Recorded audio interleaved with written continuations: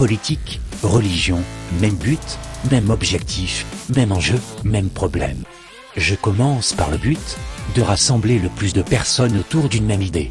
L'objectif, vivre ensemble. L'enjeu, dominer. Il ne faut pas demander à quelqu'un de trouver une solution pour vivre ensemble, si la personne n'arrive même pas à vivre avec ses semblables. Je voulais détailler les partis politiques, pour montrer que les personnes, qui disent être du même côté, sont divisées, mais c'est pas utile de vous démontrer quelque chose que vous voyez tous les jours. Donc, je ne vais pas vous démontrer toutes les divergences qu'il y a avec les partis opposés. Je pourrais vous montrer le nombre d'églises différentes, qui disent suivre Jésus, lire la Bible et n'ont pas le même point de vue. Les différentes mouvances de l'islam.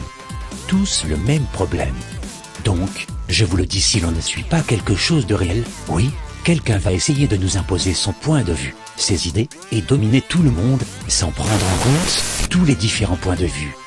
Demandez au pape si l'Église orthodoxe est bonne, il répondra « oui, ils suivent la parole de Jésus ». Demandez-lui s'il est prêt à devenir orthodoxe, il répondra « non ».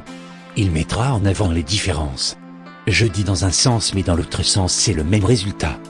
Demandez à un musulman sunnite si la religion des chiites est mauvaise, normalement il devrait dire « non, elle est bonne ». Ils lisent le Coran, ils suivent la parole du prophète. Ensuite demandez à un musulman sunnite s'il est prêt à devenir chiite, il devrait dire « non » et mettre en avant les différences. Je dis dans un sens mais dans l'autre sens c'est le même résultat.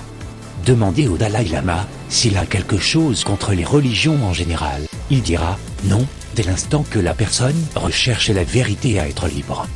Demandez-lui s'il est prêt à devenir chrétien, musulman ou autre, il dira « non », il mettra sa vision de la vie en avant.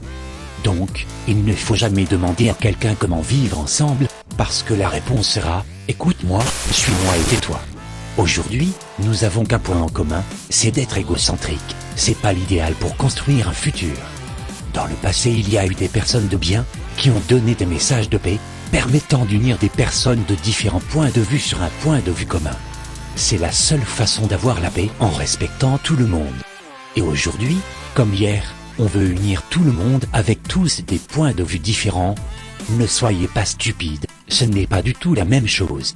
Je ne veux pas parler que aux croyants, que aux athées, que chrétiens, que aux musulmans, que aux politiques. C'est réducteur et le message serait tronqué. Si le message ne concerne pas tout le monde, c'est pas un message, c'est un point de vue. Si vous n'entendez pas un message qui représente et respecte tout le monde, c'est que votre point de vue est plus important pour vous.